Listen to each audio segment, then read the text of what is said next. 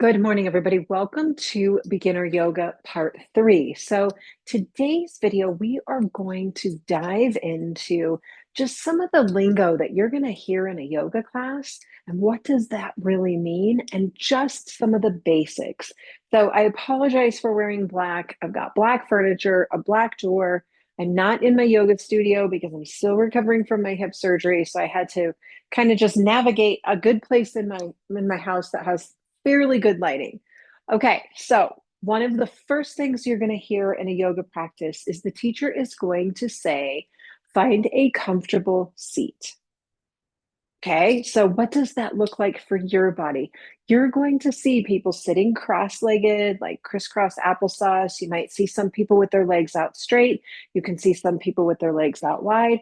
When I'm on my yoga mat, I like to sit with my knees bent and my glutes on my heels kind of folded over. So that's going to be your first indicator that you have to figure out for you, what is your comfortable seat? I would recommend playing with that. If it's very uncomfortable for you to sit on the floor, you can bring a blanket with you or roll up the backside of your yoga mat and lift up your hips by elevating your hips higher than your knees. That can make the comfortable seat a little more accessible. The next thing that you might hear in a yoga class after you've found your seat is to center yourself. Again, another lingo that we use as yoga teachers all the time. Well, what does that really mean? I would describe centering yourself as just coming into you, taking the thoughts and eliminating them, which is really hard, but you can think of thoughts like little clouds that just come through you. And to center yourself, you're pulling yourself kind of down into a place where you're still on the inside. That's how I would describe centering yourself. Just grounded in yourself, calm, still, and not necessarily tuning to the people around you or what even the teacher's doing. In fact, I recommend practicing with your eyes closed because it eliminates a lot of that, but we'll get there. So, find a comfortable seat, center yourself. The next thing you might hear in a yoga class is breathe into your belly. Well, our lungs are here. So, how do I breathe into my belly? So, go ahead and try this. Put your hand on your heart, your hand on your belly. And when you inhale, I want you to expand your belly. Let it puff out. Keep going, like a little Buddha belly. And then on your exhale, bring it back in. Try that again. Breathe. And then pull it back in. We talked about breath in the video before. One more. Breathe out. Let your hands go. That's breathing into your belly, letting your belly extend. It's taking the breath and having a full and complete breath rather than breathing high up here where we're usually panting and in stress and sort of in that fight or flight mode all the time. To breathe into the belly calms the nervous system. Here's my belly. Watch. See how my hand expands? I'm breathing into my belly. So, beginning into the yoga class, find a comfortable seat, center yourself, breathe into your belly. Then we typically start the movements. Now, I'm going to give you just simple, common movements that you're going to hear in a yoga class. And then in the next video, we're going to put it all together and kind of find that gentle vinyasa flow where we're linking breath with movement. But for right now, your comfortable seat. I happen to be on a stool. You can be on the ground. You can be in a chair. You can be on a stool. You can be on your bed. You can be on your sofa. It doesn't matter. Create a nice long spine. Another little bit of lingo that we use. Here's a rounded spine. Here's a straight spine. So we create the length that opens up the chest, allows the lungs to fully inflate, and zips up the front line. When we zip up the front line like that, our posture's better. And the studies have shown that having a straight spine lowers your cortisol in your body, lowers the stress response in your body, and helps you to feel more confident. Extend your arms up to the sky. Big breath here. Okay, so shoulders are going to creep up by the ears. We don't want that. We want them to sink down. Now, if you have shoulder pain and the best you can be is here, then that's the best you can be. So try not to think about having to match the shape that I'm in. This pose is called mountain pose. It's one you'll hear all the time, mountain pose or Tadasana, but we're not going to worry about Sanskrit. Take a breath and then lower your arms. Come back down. We're going to come into mountain pose 2 more times so that you can find that length in the front. Drop the shoulders. Inhale up. Let your shoulders fall. Now, try not to let your ribs pop out. Pull them in. Keep your belly inflated. One more breath. And then lower everything. So nice. Now, cat and cow is something that you will do probably every yoga class you attend. I'm going to show you how to do it seated. I will teach you how to do it on all fours. So I'm going to turn. I'm sitting straight. My knees are bent. My shins are straight down. Now, imagine, I'm going to put my arms like this. Imagine if I just tipped forward and was on all fours on the floor, like a tabletop. Same shape, right? Spine, legs, legs. It's the same shape. So we think chair yoga is not really doing it, and that's not true. Get rid of those thoughts. So here's my spine, here's my legs, here's my shins. Here is the first pose. We're going to come into cat pose. So hands are going to be on the knees, arms are straight. I'm going to pull my belly in and round my spine. Now, if you're choosing to do this on the floor, hands are on the floor, knees are on the floor, and you're pulling the heart in, rounding the spine, tucking your chin. It's the same exact shape. Now we're going to come into cow pose. Elbows are going to touch the ribs. Heart's going to lift, belly's going to stick that way, and the tail's going to go that way. If you're on the floor, same shape. You've got this little dip in your spine. The nose goes up. Now let's link the breath. Take an inhale here. On your exhale, round your spine. On your inhale, stick your belly forward, lift your nose. On your exhale, round your spine. This is called cat and cow. You will see it a lot. Inhale, lift your nose. Exhale, round your spine. One more. Lift your nose and round your spine. Now that can be done on the floor, all fours. Same motion of the spine, nothing else changes. So do you see how we can do seated or floor? All good. Now we're going to sit comfortably. So elevate your hips if you need to. Take your right hand down, left hand to the sky, and we're going to take a side bend. Now I have a ton of videos on my YouTube channel about the 6 directions of the spine. We have just done 1 and 2. Here's number 3. Let's switch. Left arm goes down, right arm goes up. Over we go. Direction number 4. It's called a side bend. Come back up and lower your arms. We're going to do that one more time. Left arm to the sky, right arm down.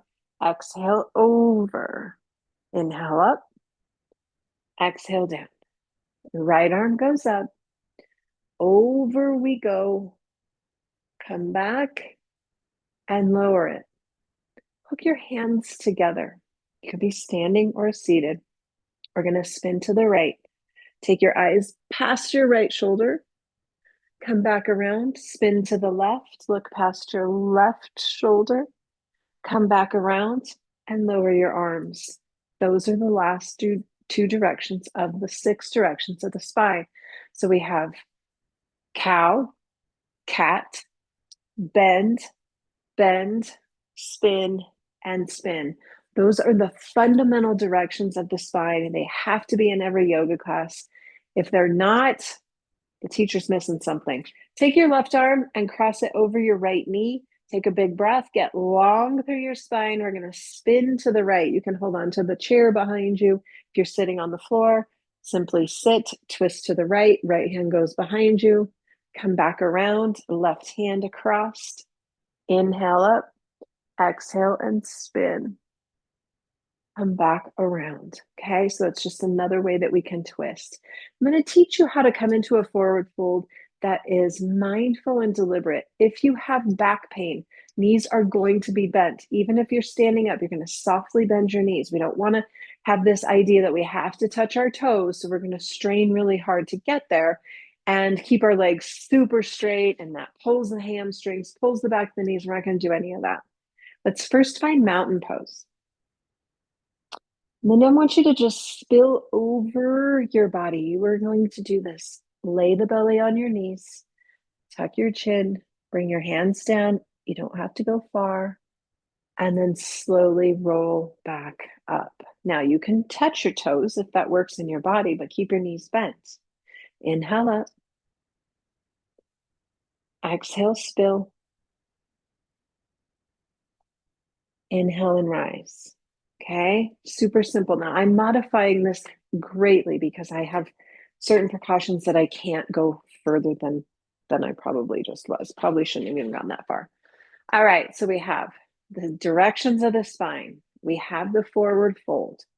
We're going to come into some common poses, the warrior series. Your right foot is going to go behind you. Left foot is going to stay bent. Now, if you're standing, your right leg is behind you with the entire foot plugged into the ground. Belly and heart are going to stay facing forward for warrior one. Now, it looks like mountain pose arms, but the legs are different. Left knee is bent, right leg is behind you. So for me, because I'm in a chair, I just tucked my right foot under me. So I'm getting a nice stretch through my right leg. And here I am in warrior one. Take a breath and lower it. Now let's find warrior one on the other side. So right foot comes forward, knee is bent. You're going to tuck the left foot behind you. If you're standing, it would be a straight leg behind you, the entire foot glued to the mat. Arms go up, heart stays forward. Super important in warrior one.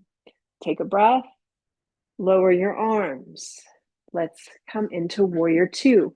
Right leg is going to open and the toes are going to turn. Okay. Left leg would be straight. I'm going to keep mine just as it is. And the arms are going to go this way, long ways. And we're going to look at our right hand. So here is warrior two on the right side.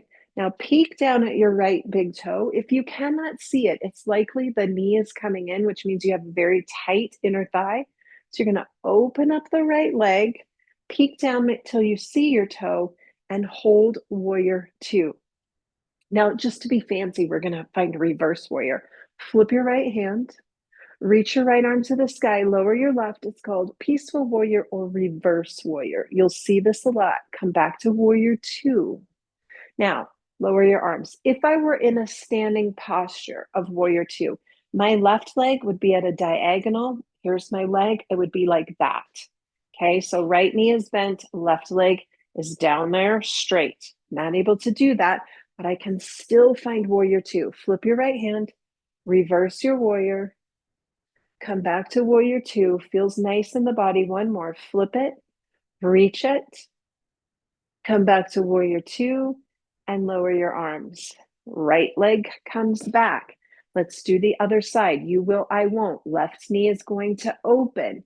Right leg is going to be straight. Now this leg I can have the warrior two look. Left knee would be open here. Arms go. Look at your left hand this time because we're on left side.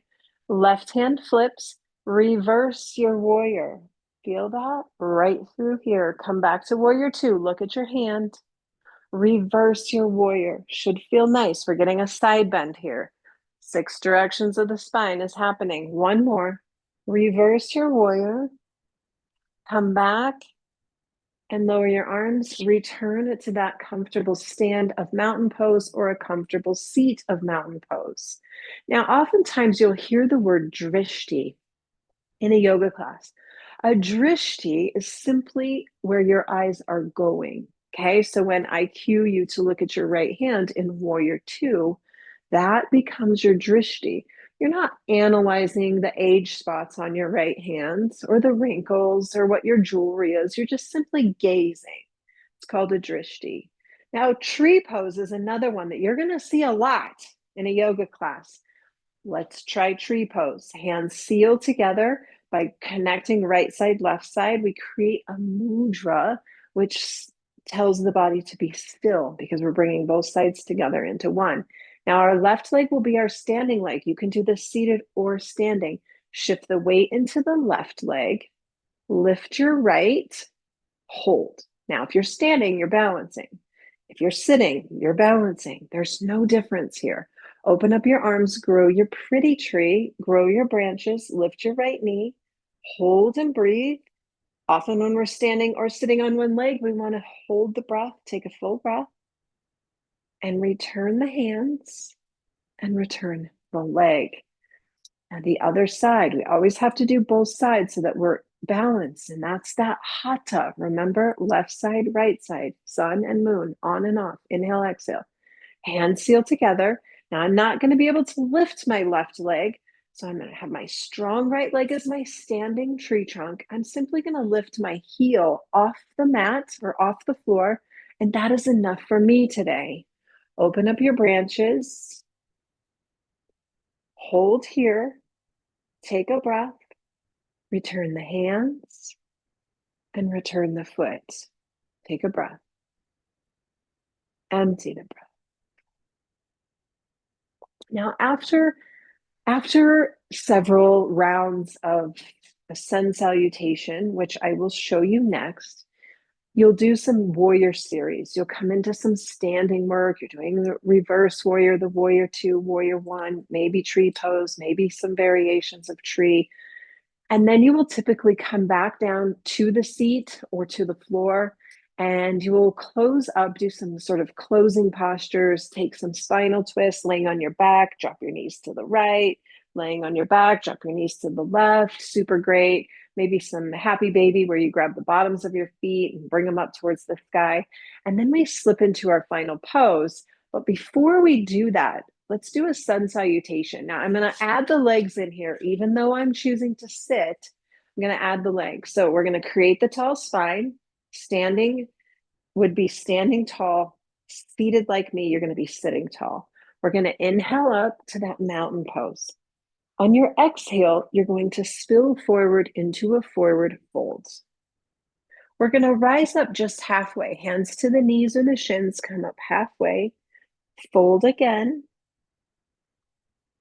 Hands are going to find the floor if you're standing. If you're sitting in the chair, just stay in the fold. And then tuck your right foot back, way back. Inhale to rise, you're in a lunge. So similar to warrior one, but in a lunge pose, the heel is lifted and you're on the ball mount of your right toes. So it's a lunge. We've all seen it. Here's a lunge pose. Take a breath. On your exhale, we're going to bring the right foot forward, come into a forward fold. Hands find the ground. Inhale to rise. Drop your shoulders. We'll do the left side. Inhale, rise. Exhale, fold. Come up halfway. Take a breath. Exhale, fold. Left foot steps back. On your inhale, find high lunge. You might wobble if you're standing. Take a breath. On your exhale, forward fold. Left comes forward. Inhale and rise. Now, in a traditional practice, a sun salutation, right side, left side, is done 100 times as one complete round. Both sides equals one round. In a traditional practice, they would do that 108 times every morning. Now, it's common in a yoga practice that you will do a sun salutation. There's also a variation called the moon salutation, which is more for evening. But the idea is that you greet your day, greeting the sun rising, with intention. So I'm going to show you a half sun salutation that I believe is just as effective, especially if you're choosing to stay in a chair or you're limited to a chair. I'm going to turn so that you can see. Create the tall spine. Inhale to rise. Exhale, forward fold. Come up halfway, take a breath. Exhale, fold. Rebuild the spine on your in-breath. Get to the top, drop your shoulders on your out-breath. We'll do it again. Inhale to reach. Exhale to fold. Inhale halfway. Exhale, fold. Inhale to rebuild. Exhale, drop your shoulders. Now you would do that as a warm-up.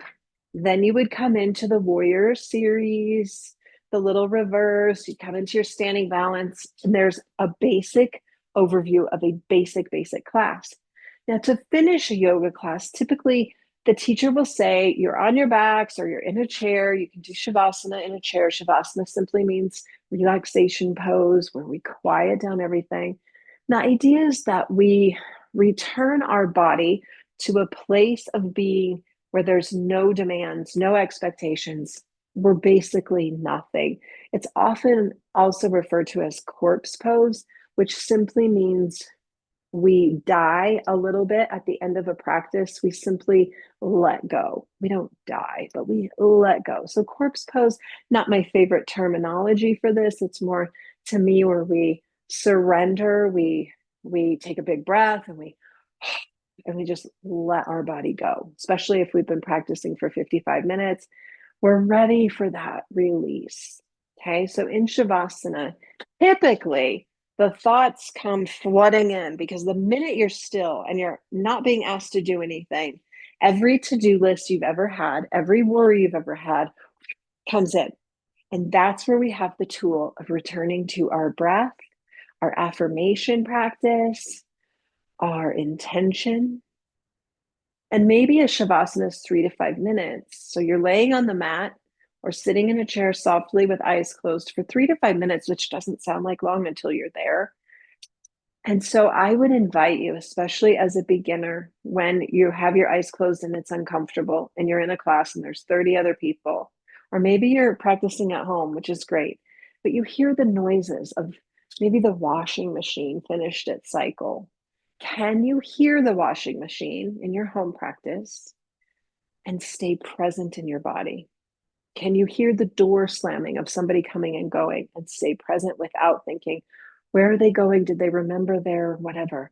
Just stay present with the body. And that really becomes the practice. So I say all the time that yoga is a practice for life. And so as we are practicing letting go for 3 to 5 minutes and not letting the brain go to, did the person forget their lunch? Is that person late? Is it my responsibility to get up and make sure that they didn't forget their lunch? Or, oh, I got to do the laundry. I need to switch that load. Can you practice giving 100% to you for 3 to 5 minutes? That's the practice. Okay, lots of beginner stuff, lots of simple stuff. I apologize for not being able to demonstrate these on the mat, but then I don't apologize because I want you to see that you can have a yoga practice in any shape or form of your body. You don't have to be able bodied, you don't have to be perfect. You simply have to be you. And that's the most important thing. Now, you can go back into my library of videos and find practices where I am on the floor. I've got a lot of gentle stuff out there. And then way back in the day, the older videos, you will practice with me. There's no demonstration. There's no video of me. It's me talking to you, guiding you through a practice, which is my preference. I was trained to not demonstrate poses because as a yoga teacher, I am guiding you in your practice. The practice is not mine. So I prefer to not demonstrate, but for beginner purposes, nice to see sort of a visual of what is Warrior 2 versus Warrior 1. Now, next video coming up is going to be a full 20-minute gentle yoga practice, incorporating what we just did, a few other things. We're going to go through the centering process, the surrender process of the end pose relaxation shavasana, and everything in between. So stick with me. I got plenty more, and I will see you soon. Take care. Bye.